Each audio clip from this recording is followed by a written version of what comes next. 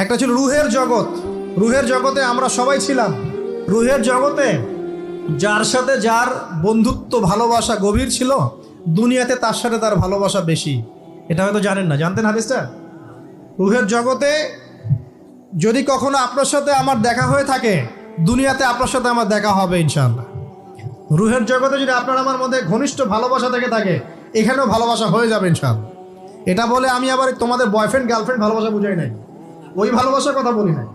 আবার রুহের জগতে বিদ্বেষ, এখানেও দেখবেন বিদ্বেষ। ওটা একটা জগৎ ছিল যেখানে আল্লাহ পাক সমস্ত আদম সন্তানকে সৃষ্টি করে তাদের রুহটাকে রেখেছিলেন এবং ওয়াদা নিয়েছেন। কি ওয়াদা? আল্লাহ পাক বলেছিলেন আলাস্তু বিরব্বিকুম, সূরা আরাফের 182 নম্বর আয়াত পড়ে দেখবেন, 182 নম্বর আয়াত। আল্লাহ পাক বলেছিলেন যে আমি ওয়াদা নিয়েছিলাম, আলাস্তু বিরব্বিকুম, আমি কি তোমাদের রব নই? আমরা সবাই বলেছিলাম বেলা ইয়া রব্বি, অবশ্যই আপনি আমাদের রব। দুনিয়াতে এসে আমরা ভুলে গেছি। এই ভুলে যাওয়াটা মনে করায় দেওয়ার জন্যই আল্লাহ পাক আসমানি কিতাব নাজিল করেন, নবী রাসূল পাঠান, আমাদের কান পর্যন্ত ইসলামের দাওয়াত পৌঁছে দেন, যাতে আমরা মনে করতে পারি। এবার আসেন রুহের জগতের পর আসলাম এই যে দুনিয়ার জগৎ, দারুদ দুনিয়া। দুনিয়ার মধ্যে আছি হয়তো 50, 60, 70, 100 বছর হাইয়েস্ট। এরপর যাবে দারুল বারজাখ, বারজাখের জগৎ। পাপী ব্যক্তি হলে জাহান্নামের দরজা খুলে দেওয়া হবে আর জাহান্নামের সে আযাব ভোগ করতে থাকবে, এবং পুণ্যবান ব্যক্তি হলে জান্নাতের দরজা খুলে দেওয়া হবে এবং এর নাজ নেয়ামত সে ভোগ করতে থাকবে। তখন তাকে বলা হবে এটা জান্নাতের সেই জায়গা যেখানে তুমি থাকবে। এটা দেখার সাথে সাথে, শোনার সাথে সাথে তার যে খুশি উৎফুল্লতা আরও অনেক বেড়ে যাবে। এবং সে কী করবে জানেন? সে পৃথিবীতে ফিরে আসতে চাইবে। সে বলবে আমাকে আমার পরিবারবর্গকে জানাতে দেন, আমাকে আমার পরিবারবর্গকে জানাতে দেন যে আমি ভালো আছি। তখন ফেরেশতারা তাকে বলবেন যে এটা সম্ভব না, তোমার এবং তাদের মাঝে দারুল বারজাখ আছে, তুমি এটা ভেদ করে যেতে পারবে না। তখন তার আত্মাটাকে ইল্লিনে দেওয়া হবে, একটা সবুজ পাখির আকৃতিতে জান্নাতে ঘুরে বেড়াবে ইনশাআল্লাহ। আর যদি জাহান্নামী হয় তাহলে যে বললাম দরজা খুলে যাবে, জাহান্নামের মর্মান্তিক আযাব তার দিকে আসতে থাকবে। কবর সংকুচিত হয়ে আসবে এমনভাবে যাতে তার বাম পাজর ডান পাজরের ভিতরে এইভাবে ঢুকে যাবে, নাউযুবিল্লাহ। এবং এই আযাব চলতে থাকবে ইলা ইয়াউমি ইউবআসুন, পুনরুত্থানের দিন পর্যন্ত। এখন এই যে হাদিসটা আপনারা শুনলেন, এই হাদিসটা ব্যক্তিকেন্দ্রিক নয় কি? এখানে 3টা বিষয় আপনাকে ফোকাস করতে হবে আমাদেরকে। 1, তাওহীদ, আল্লাহ পাকের তাওহীদ। 2, রিসালাত, রাসূলুল্লাহ সাল্লাল্লাহু আলাইহি ওয়াসাল্লামের রিসালাত, এবং আখিরাত, পরকাল। এই 3টা বিষয় খুব স্বল্প কথায় বলছি। দেখুন, তাওহীদ কি? আল্লাহ পাকের একত্ববাদ। এক আল্লাহকে আপনি সৃষ্টিকর্তা মানবেন, রিজিক দাতা মানবেন, পালনকর্তা মানবেন, সন্তান দাতা, ভালো মন্দের মালিক, সমস্ত কিছুর মালিককে আল্লাহ। আল্লাহ আল্লাহ আমাকে বাঁচিয়ে রেখেছেন, আল্লাহ আমাকে মৃত্যু দিবেন, আল্লাহ আমাকে রিজিক দেন, আল্লাহ আমাকে সন্তান দিবেন, আল্লাহ আমার ভালোর মালিক, আল্লাহ মন্দের মালিক, আল্লাহ সমস্ত কিছুর মালিক। এই কনসেপ্ট পরিষ্কার থাকবে, লা ইলাহা ইল্লাল্লাহ পরিষ্কার থাকবে। সমস্ত বিষয় কার পক্ষ থেকে? আল্লাহর পক্ষ থেকে। এই তাওহীদ, সংক্ষিপ্ত কথায় বললাম তাওহীদ। এর মধ্যে 3টা ক্লাসিফিকেশন আছে, রুবুবিয়্যাত, উলুহিয়্যাত, আসমা ও সিফাত। এটা আপনারা কিতাবুত তাওহীদ বই থেকে পড়ে নিন। সংক্ষেপে বলে দেই, রুবুবিয়্যাত আল্লাহ পাকের সমস্ত বিষয়গুলো তার দিকে সম্বন্ধ করা, সৃষ্টিকর্তা, পালনকর্তা, রিজিক দাতা সবকে আল্লাহ। উলুহিয়্যাত কি? দুনিয়াতে এসেছি আল্লাহ পাকেরই দাসত্ব করতে হবে, অন্য কারো দাসত্ব চলবে না, তাওহীদ উলুহিয়্যাত। আসমা ও সিফাত কি? আসমা সিফাত মানে হচ্ছে আল্লাহ পাকের নাম গুণাবলীগুলো আছে, আল্লাহ পাক রহমান, আল্লাহ পাক রহিম, আল্লাহ পাক রাজ্জাক, হ্যাঁ, আল্লাহ পাক গফুর, আল্লাহ পাক শদীদুল ইকাব, সমস্ত গুণাবলী কার? আল্লাহ।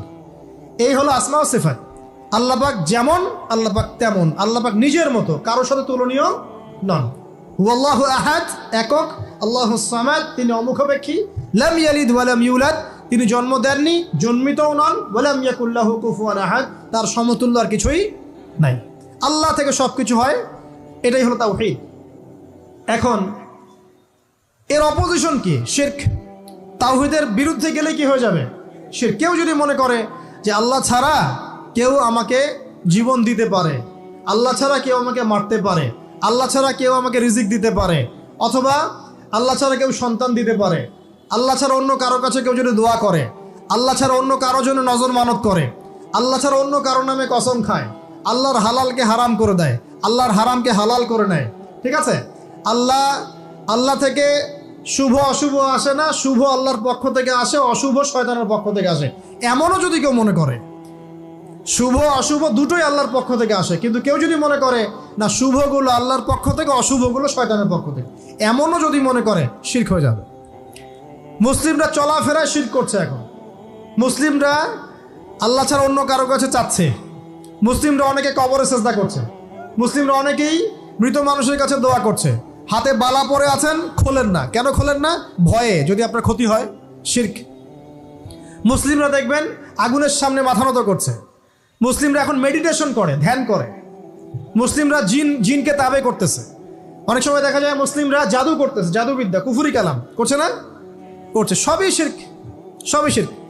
মুসলিমরা দেখবেন আল্লাহর হালাল যেগুলো আছে এগুলোকে হারাম করে ফেলছে। আবার অনেক সময় আল্লাহর হারামগুলোকে হালাল করে নিচ্ছে। সুদ কি ভাই? এখানে ফরজ, হালাল করে নেওয়া হয়েছে। মদ কি? তোমাদের কাছে তো ওয়াজিব, না খাইলে ঘুম হয় না। তো এই যে আল্লাহ হারামগুলোকে কি করছি আমরা? হালাল করে ফেলি, এটাও শিরক, কুফরি একটা। তো এক কথায় তাওহীদের উপর যারা থাকবে, মান রব্বক উত্তর দিতে পারবে ইনশাআল্লাহ। যারা শিরক করে ফেলবে ওই অবস্থায় মারা যাবে, মান রব্বক উত্তর দিতে পারবে না। আমার কথা কি বোঝা যাচ্ছে? আমি সহজ করার চেষ্টা করছি, কিন্তু হয়তো পারছি না, এটা আমার ব্যর্থতা। এক কথায় যদি আমরা কবরের প্রথম প্রশ্নের উত্তর দিতে চাই, তাহলে আমাদেরকে অবশ্যই তাওহীদের উপর থাকতে হবে। শিরকে যাওয়া যাবে না। প্রিয় ভাইরা, শিরকের পাপ থেকে আজকে তওবা করে ফেলবেন।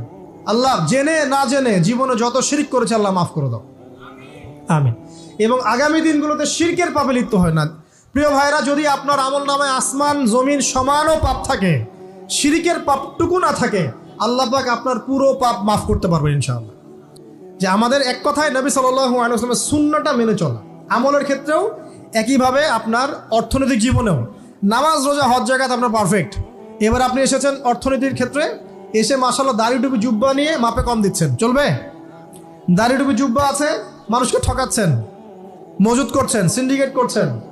অনেক সময় সরকারকে বিব্রত করে ফেলছেন, মাল মজুত করছেন, দাম বেড়ে যাচ্ছে, বিব্রত হচ্ছে সরকার। হবে?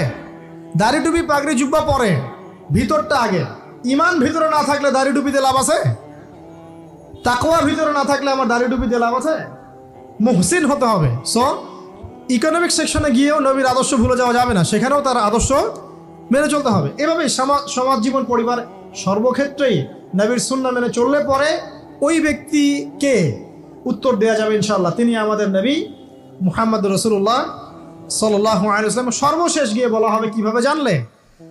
তখন উত্তর কি দিবে মুমিন? আমি আল্লাহর কিতাব পড়েছি, ঈমান এনেছি, এরপরে আমি সত্যায়ন করেছি।